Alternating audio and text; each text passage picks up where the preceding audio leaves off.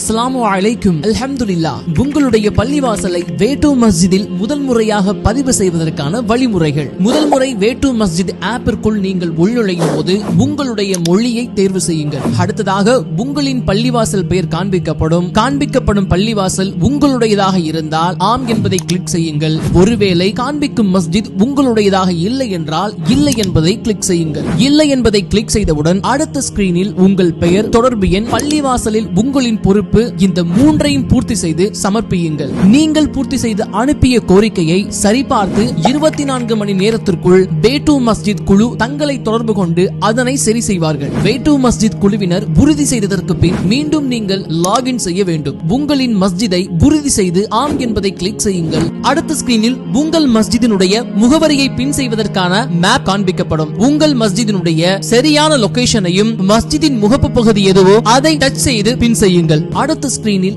உங்கள் மஸ்ஜிதின் 6 விதமான போட்டோக்களை அப்லோட் செய்யுங்கள். அப்லோட் செய்யும் முதல் போட்டோ சிறந்ததாக இருக்கட்டும், ஏனென்றால் அதுதான் பள்ளியை தேடுபவர்களுக்கு முதலில் காண்பிக்கும். அடுத்ததாக தொழுகைக்கான நேர அட்டைவணை உங்களுக்கு காண்பிக்கப்படும். ஒவ்வொரு வக்தினுடைய தொழுகை இகாமத் நேரத்தை பதிவு செய்து நேரத்தை சரி செய்து கொள்ளவும். தொழுகை நேரங்களை தவிர சூரிய உதயம், உச்சம், சூரிய அஸ்தமனம், சஹர் முடிவு, இஃப்தார் போன்ற அனைத்து நேரங்களையும் தொழுகையாளிகளுக்கு பயன் தரும் வகையில் பதிவு செய்து கொள்ளவும். கீழே மூன்றாவதாக மஸ்ஜித் என்பதை கிளிக் செய்யுங்கள். மேலே விபரம் மற்றும் வசதிகள் என்ற வார்த்தையை பார்ப்பீர்கள். வசதி என்பதை கிளிக் செய்யுங்கள். உங்கள் மஸ்ஜிதில் என்னென்ன வசதிகள் இருக்கிறதோ, உதாரணமாக மஸ்ஜிதில் பெண்களுக்கான தொழுமிடம், சஹர் உணவு ஏற்பாடு, ஆண் மற்றும் பெண் ஜனாசா குளிப்பாட்டுபவரின் வசதி, ஜனாசா வேன் வசதி, இது போன்ற வசதிகள் இருக்கும் பட்சத்தில் ஆன் செய்து வையுங்கள். இதன் மூலம் முஹல்லாவாசிகளுக்கு இவ்வசதிகள் பயன்படும். இந்த செயல்முறைகள் அனைத்தும் முதல் முறை உள்நுழையும் போது மட்டும்தான். இதனை முழுமையாக முடித்த பிறகு மீண்டும் நீங்கள் லாகின் செய்யும் பொழுது தொழுகை நேரத்தை எடிட் செய்யும் ஸ்கிரீன் மட்டுமே உங்களுக்கு தோன்றும்.